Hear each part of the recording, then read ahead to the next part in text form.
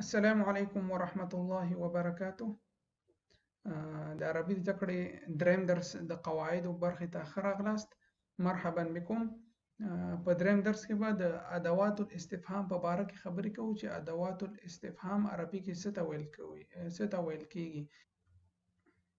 نو درس پیلوو چې الحمد لله رب العالمين والصلاة والسلام على خير خلقه محمد وعلى آله وأصحابه أجمعين. سبحانك لا علم لنا إلا ما علمتنا إنك أنت العليم الحكيم. رب اشرح لي صدري ويسر لي أمري واحلل عقدة من لساني يفقه قولي. ادوات الاستفهام را دلته یو لنډ تعریف ما تاسو ته لیکل چې ادوات الاستفهام څه ته ویل کیږي. ادوات الاستفهام نستعملها عند الاستفهام عن أمر معين. ادوات الاستفهام دا نستعملها مونږه دا ادوات الاستفهام مونږه استعمالو عند الاستفهام. استفهام پوښتنې ته وایي. د پوښتنې کولو عن امر معین دی معین امر یا کار په باره کې دغه ادوات الاستفهام دغه کلمې مونږه استعمالو. اوس ادوات الاستفهام کومې دي دا مونږه وایو. نو ادوات الاستفهام مونږ پوه شو چې دا د معین کار یا امر په باره کې دا دلالت کوي.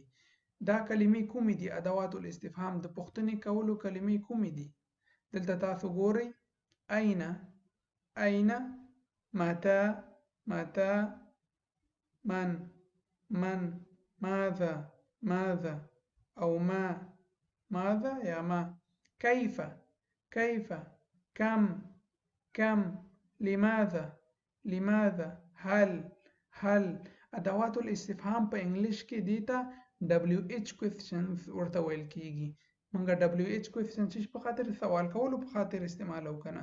نو عربي کې دیتا ادوات الاستفهام د پوښتنې کولو کلمات ویل کیږي.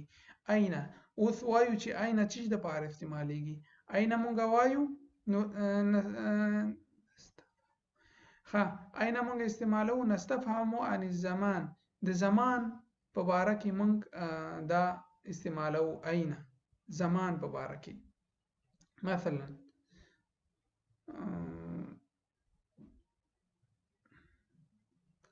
مثلا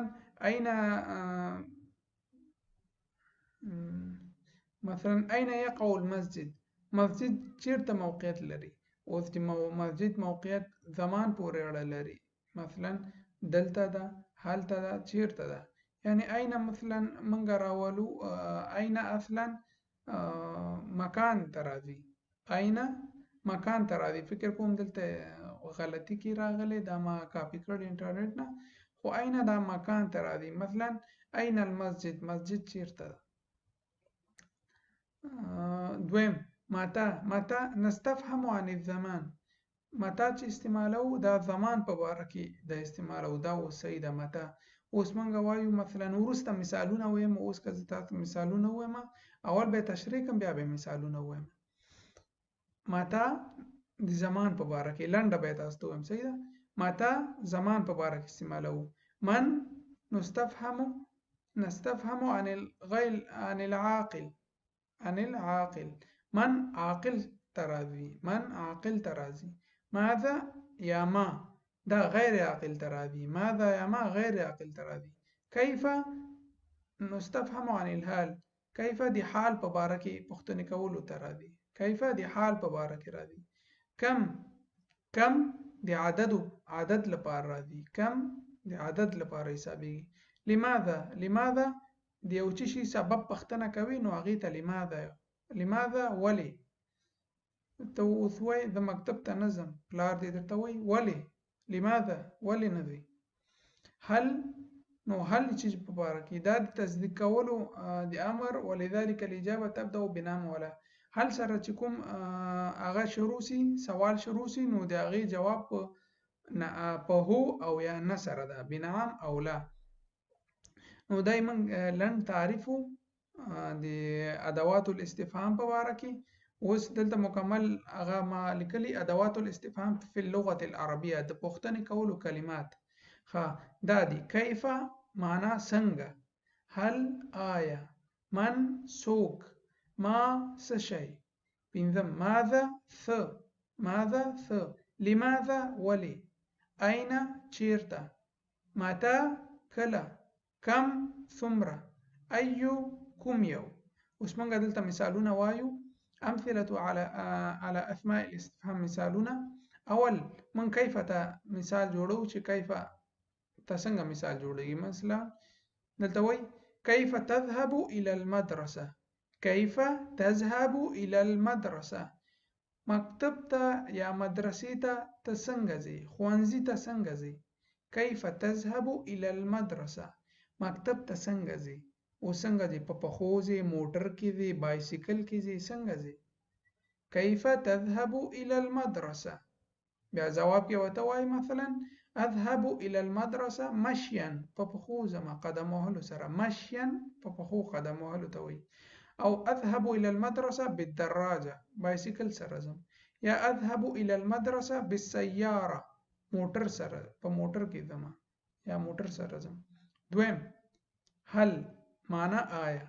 هل تأتي اليوم، هل تأتي اليوم، آیا نن ته راځې.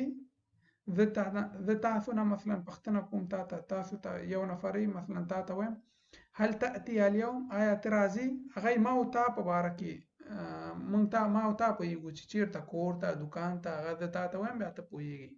هل تأتي اليوم، آیا ته نن راځې. نعم آتي اليوم، هو زه نن راځم. نعم جواب یې داسې دی، نعم آتي اليوم. دریم من كسر الزجاج، من كسر الزجاج، شیشه چا ماته کړه.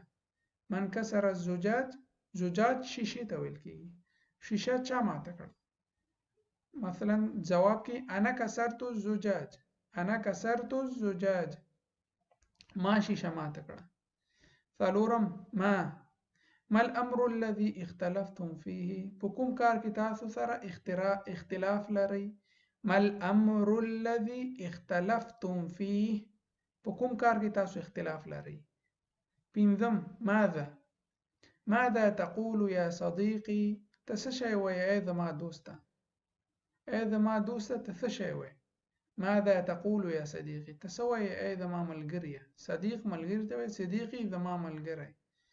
ماذا تقول يا صديقي، لا أقول لك شيء، جواب کې مثلا وایي زه تا ته څه نه وایم، لا أقول لك شيء. شپږم لماذا تغضب يا مسلم، دا لام نه دی، الف دی، الف دی دا. لماذا تغضب يا مسلم، ته ولې په قاریږې ای مسلمه وروره. زیاتره مسلم ویل کېږي، مثلا چاته ورور وایي یا مسلم. عربي کې زیاتره مسلم کلمه استعمالیږي، ای مسلم، ای مسلمانه. ولې ته په قهریږې. أين تذهب غدا، أين تذهب غدا، سبا ته چیرته ځې. أين چیرته، تذهب تځې، غدا سبا، غدا سبا ته ویل کېږي، سبا ته. أين تذهب غدا، سبا ته چیرته ځې. اتم متى تعود من المدرسة، متى تعود من المدرسة، د مکتب یا مدرسې نه څه وخت راګرځې یا بیرته راځې. متى تعود من المدرسة، د مدرسې نه کله راګرځې.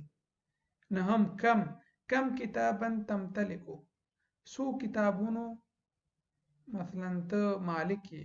تمتلک یعنی لري. كم کتابا تمتلك، څو کتابه ته لري. ښه پوه شوئ نو. كم کتابا تمتلك، څو کتابه ته لري یعنی مالک یې.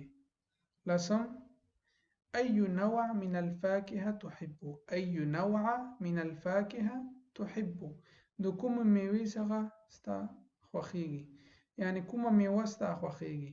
أي نوع من الفاكهة تحب، کومه میوه ستا خوښیږي. أحب التفاح، زما مڼه خوښیږي. أحب التفاح دا مثال دی.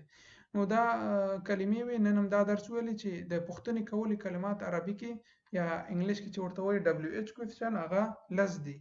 کېدای شي دې نه زیاته وي، خو دغه لس اساسي دي. اول كيف، هل، من، ما، ماذا، لماذا، أين، متى، كم، أي.